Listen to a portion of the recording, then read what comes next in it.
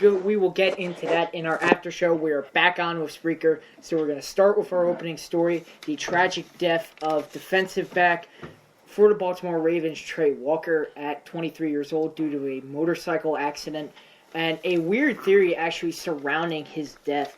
We'll get into that first. This was his rookie year. He had spent time on special teams, so stat-wise, there wasn't much to be talked about. So he was pretty much me in high school football. Just played a lot of special teams, did nothing much else. But I mean, that was because your coach screwed But you. at the same time, he was still a rookie, so he still had potential to. Oh yeah, undoubtedly. especially being taken in the fourth round. That's not a 6th or 7th rounder. They're a guy they kind of had promise in, at least a little bit. But I do have to question what the hell he was doing. He was riding a motorcycle with no helmet, wearing dark clothes, not using his headlights.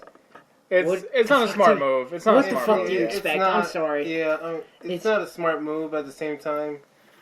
You know, I don't wish death on anyone. I don't wish death on Oh, you wore dark clothes on a dark night? I don't wish death on anybody, but that was not a smart move by him. It wasn't a smart move. Well, it looks to me like, just, young guys in general, they said this is scientifically proven, is that just young men in general just have what they call some sort of invincibility feeling where they don't expect anything. It can't happen to me. That sort of mentality. It's common. They say teenagers have that, and he's not too removed from his teen years. He's only 23 years old, tragically.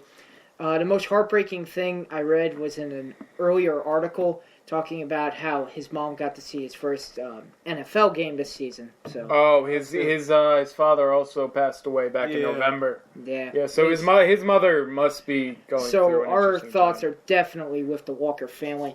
But getting into this weird theory surrounding his death, ESPN posted an article in December of 2015 in which they talked about what was a cursed locker phenomenon going on in the Baltimore Ravens locker room. Now, there was a row of lockers that include the likes of Terrell Suggs, Steve Smith Jr., Brashad Perriman, Justin Forsett, and Chris Canty. All at some point during the season have been placed on season-ending injuries. It looked like Trey Walker was the only one to come out of that, but sorry to say, it looks like the curse might have won. They have to burn that locker down to the ground. Knock the stadium down is what because I say. if it's going from just season-ending injuries to now death, it's just that's an issue. That should not happen. Yeah, just clearly, it's rough to deal with. It's clearly. I mean, I feel like it used to be Ray Rice's old locker, so anybody just from it just got cursed. I mean. A lot of guys. Oh, that's tough. Yeah. That is really tough. Yeah. So but definitely, we're trying not to make any sort of a joke out of this. Definitely. No, it's not a serious subject. At all. But the cursed logger thing is it's something to think about. It's creepy to think about. Yeah. It's one of those weird things surrounding death, but because there always seems to be weird things surrounding that. But I don't know. Maybe we're looking for something that's not there. Maybe it's somebody. I don't know. Yeah, but considering the article came out before he died, that's the thing. Yeah. Well, it's a heartbreaker. But trying to move on to maybe some lighter topics. Left tackle of the Seattle Seahawks, Okung. It's kind of weird because you got the G, but you don't really say the G, but you kind of say the G. Don't worry about it. Russell Okung was signed to a 5-year, $53 million deal with, strangely, $0 guaranteed. That's what you get for being your own agent. $0 guaranteed. How do you even do it? Now, he's basically playing for free if you think about it. Well, it's likely that he'll get at least half the money. In his unless contract. He has some wacky injury. But if he gets injured if he gets injured, like let's say in sometime during OTAs or something, let's say tears his ACL out for season, they could just cut him and say, never mind, see ya, no money at all guaranteed. But as long as he's healthy and playing for at least a few of the 5 years, because usually football, they don't last out their contracts. Because, again, NFL with the contracts. One day we got to do a whole show about how that shit's fucked up. I maintain the fact that the NFL contract system has to be greatly reformed. These guys are getting screwed. Yeah. And, I mean... A lot of other own job, I would get compensation for getting hurt. In the NFL, they could just say, sorry, fuck you didn't have any guaranteed money in your contract. And I mean, Okung, okay, that's your own problem. You put zero guaranteed money into that. And I don't even know how you do that. But that shouldn't even be allowed, man. Yeah, it should be allowed. But any job in the world, if you get hurt, as long as I guess it's unionized, and there's a players' union. Yeah, every sport has a players' union. And so union. that being said, it should be that you get some compensation even if you get injured. It's not fair to these guys. Oh, no, especially not at all. with the sport that they're playing and the things coming out about head injuries, about what can happen to these guys. They can't run that risk of not being able to get money. Yeah, it's ridiculous. There's really no reason for... Apparently it's worth the risk to him, apparently. I mean, he was his own agent here, so he made this decision for himself, I guess. I don't know. It's weird to think about. Yeah, I don't know. But, yeah, it's definitely something to note. Talking some more sports here. The Cowboys signed Alfred Morris, the running back from Washington. A good, I would say, a decent running back. Decent for me. He's a really good running back. It's because he's on the Redskins. That's rough. I don't know. They've never had his rookie year. Rough team to work with. Yeah, his rookie year. He had over 1,600 rushing yards, like 12 touchdowns. This is the only year that he has ran for less than 1,000 yards. Yep, 781 yards. Yeah, and that's because they had the up and coming running back, and then Kirk Cousins' rise to whatever he is. But throwing some numbers at you, a 2-year, $4 million deal. That seems like a low. I don't know. Very Maybe low. It's just me. No, very low. I think, especially for a relatively young guy. I don't know. I would have paid him more if I had more. But if I had an NFL team. Good for the Cowboys. They get a really good running back at a cheap price. Exactly. And considering his good... I mean, he's going to do even better there because of their line. Their line is exactly. The best it works in the game. so well for DeMarco Murray. Exactly. It works for DeMarco Murray. It got fucking Darren McFadden to 1,000 yards last year. If Alfred Morgan can stay through the whole season... Injury-prone running back, 1,000 yards. And he didn't play all the games, which is the thing. Joseph Randle started out. Now he's been arrested 6 times since the season's been over. Yeah, and here's another thing. Morris getting signed to the Cowboys. Finally, they signed someone who's not a scumbag. Yeah. And, noting, Morris, he has about 2.5 million guaranteed in his contract. So he has an agent. Smart. He had an agent. We're actually, for once, we have a MLS story to be talked about. To none of you. Exactly. The one time we have an MLS story, none of you fuckers will be here.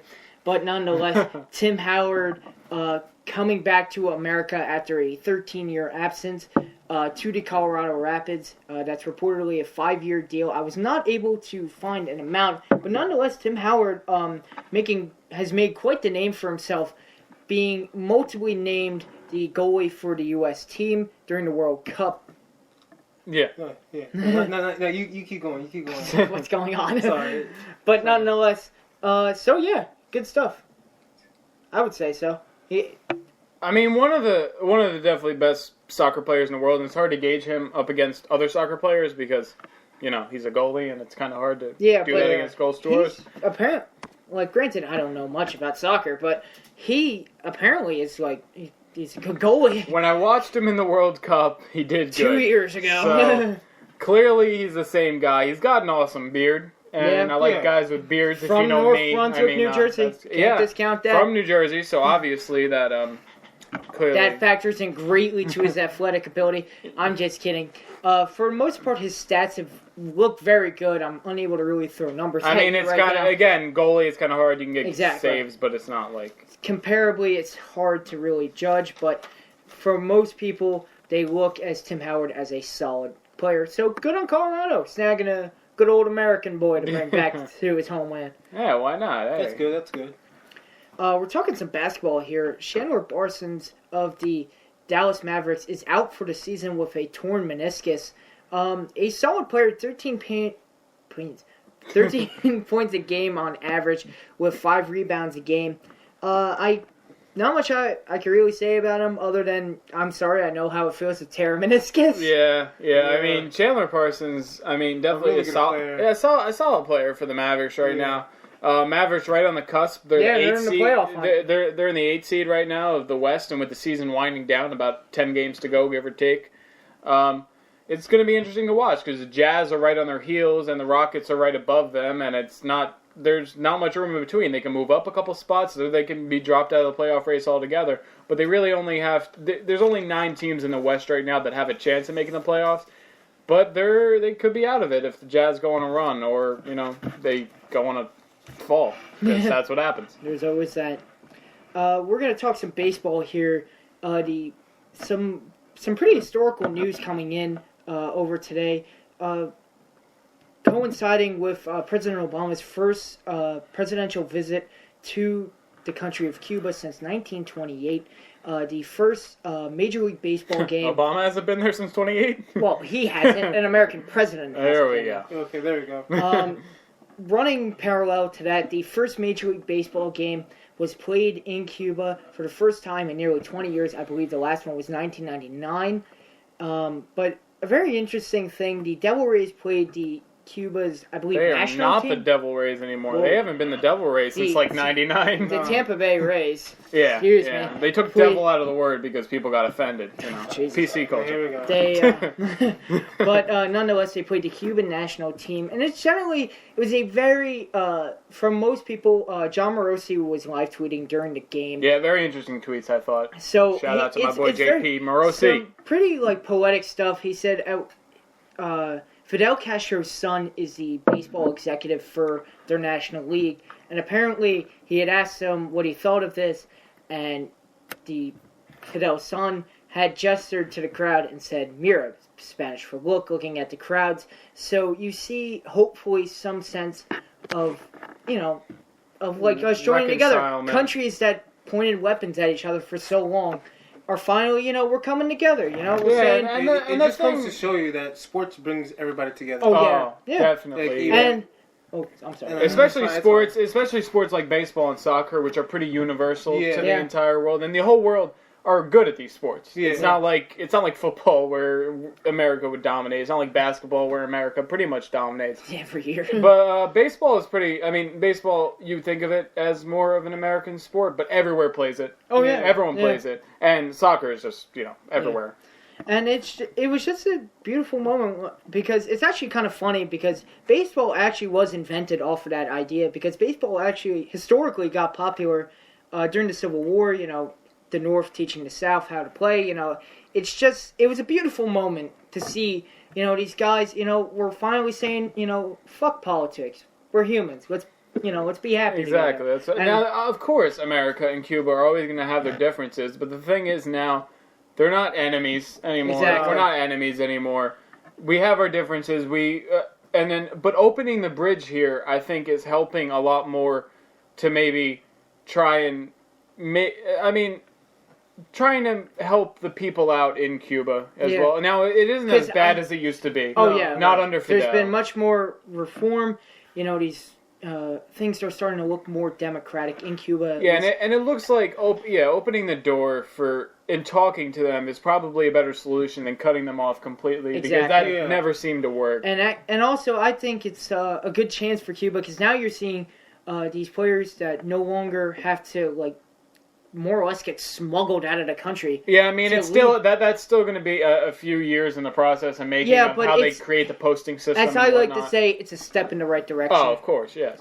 And coinciding with what happened in Belgium, this actually had filled me with hope with the fact that there are people out there. We still see each other as humans, and regardless of what happens, I don't think the world's necessarily doomed. I think we're going to be all right because deep down we still care about each other. Most of us, anyway. Hopefully. Yeah. Moving on in sports, the Cardinals signed former Mets shortstop Ruben Tejada only a few days after being released by the New York Mets. Scott actually predicted that one. Thank you. Thank you, Bernardo. Thank you. Nobody is clapping. Literally everyone in the world predicted this one, so I kind of just jumped on the bandwagon here because the Cardinals shortstop Johnny Peralta got injured a few weeks ago, and so the Mets got rid of Tejada. It was kind of a match made in heaven right there. It was only would they get them through a trade? Would he get them off of waivers? No, they waited until he was a free agent. Tejada received several offers, one minor league offer from the Yankees, which probably was a little bit tempting because, New York, you might want to stay in the same area because, because. It's a big move. But, a minor league deal, there was no guaranteed that he was going to make the major leagues. He was going to go to spring training, maybe make it in, maybe not. And looking at the Yankees' kind of deep roster, especially the middle infielder, he probably wasn't going to make it, so he decided, okay, he's probably going to be the opening day shortstop for the Cardinals, and that'll be. I mean, that's really good for him. On the Mets, he wasn't going to play a lot. Yeah, that's what I was thinking about, because that him being on the Mets made the third shortstop. More or less, there was Asdrubal Cabrera, who was probably going to be the starter on opening day. Then there's Wilmer Flores, and then there's Tejada. Tejada did, see play last year. At one point, pretty much sacrificing himself for the good of the NLDS. Yeah, pretty much. But his numbers were starting to catch up with him, especially now with another player who has performed really well in spring training. That being Cabrera. It didn't look like he was going to be starting or generally playing on a regular basis. Yeah, it depended on injury, and as a Met fan, I explained this on the last show. I liked and I wanted Tejada to stay on the team as depth, but for him personally, despite the fact that he lost about $1 million in all of this, because the Mets buyout was $500,000, and he signed a $1.5 million deal, and he was supposed to get $3 million this season. So besides losing out $1 million, he's going to play a lot more. And then once Johnny Peralta comes back, who knows what's going to happen? There might be another injury he has to fill in for. He's going to get sporadic playing time throughout the Cardinals. And the Cardinals are a good organization. And generally, I don't see him as being cut off as soon as Peralta comes back. Usually when a player comes back, he doesn't play every day. So Tejada's going to see a lot of playing time going into the season. And, especially as they start to work Peralta back in. And it may even become a non-everyday thing. Of course, I feel like Peralta's going to get more of the starting duties. Oh, definitely, when he comes back. Fucking Johnny Peralta. Yeah, 20 home runs a year. You're not going to sit that on their bench for Ruben Tejada. I like Ruben Tejada, but... But nonetheless, I'm very happy for him. And he didn't act like Kyle Farnsworth and acted bitter and wanted revenge. So and Kyle Farnsworth, what were you on the team for 2 months? Fuck that guy. Just fuck that guy. Yeah, I don't know what's up. Don't fuck that guy. But our final story of the day, still in Major League Baseball. Rafael Soriano, the relief pitcher, most notably playing for the Yankees, has announced his retirement at 36 years old. Career-wise, he had a .289 ERA and 207 saves. He had played for the Cubs last year and was currently on a minor league deal with Toronto. But I guess he finally said, you know what, it's time to hang up the cleats. And good for him, I say. Good career behind him.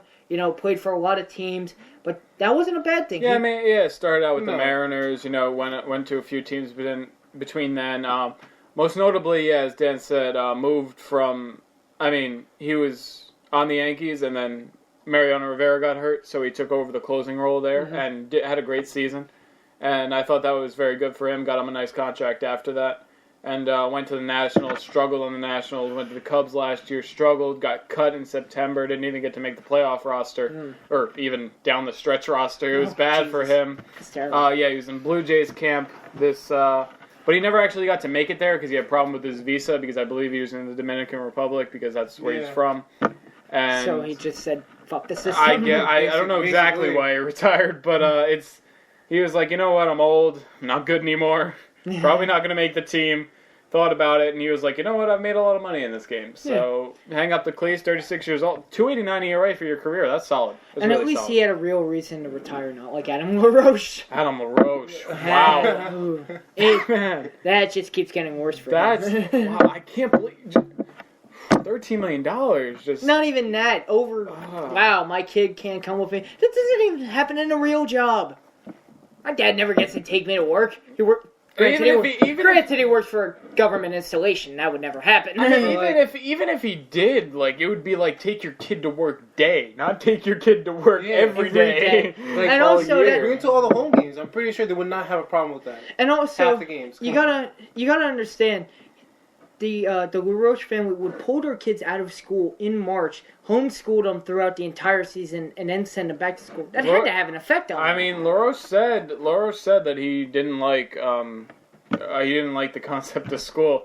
Didn't like the concept. I don't either, but I don't like it either. But and I guess the kid was doing all right because he was passing his you have to take the national tests and whatnot just to make sure you're actually doing the work at home.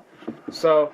I don't know. That's still an interesting story to me. And it's weird. A player on the White Sox, Adam Eaton, center fielder, came out and said recently, Drake, Adam's son was named Drake LaRoche, we lost a leader in him. And if your team's leader is a 14-year-old kid, a lot of people made this joke online, but I'm like, I'm seriously thinking, if your leader on a team, I mean, yeah, okay, you like the kid, but if you really think about it, does the vice president does he really care about the kid?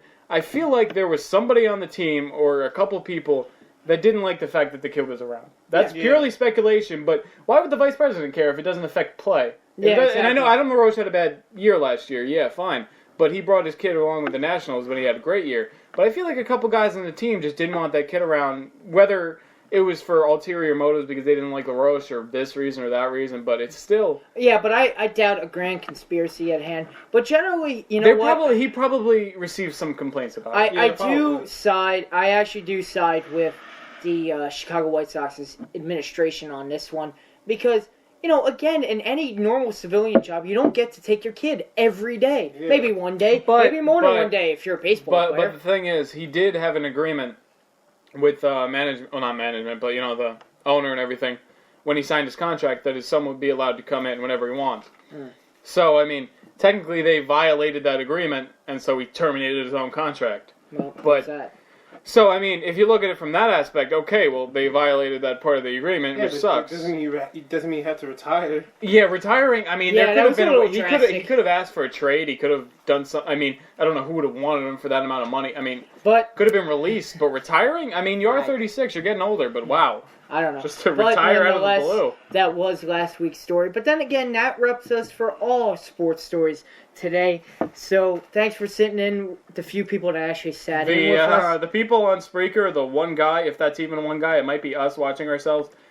Stay tuned, I guess. For the after show, I don't know. People just don't seem to care about us anymore. It's like my own parents. But okay then. Home life aside, it was a pleasure to be with you guys. We hope you'll be back on Monday. Hopefully, we'll have a lot of interesting stuff to talk about. But until then, we will see you in the cheap seats.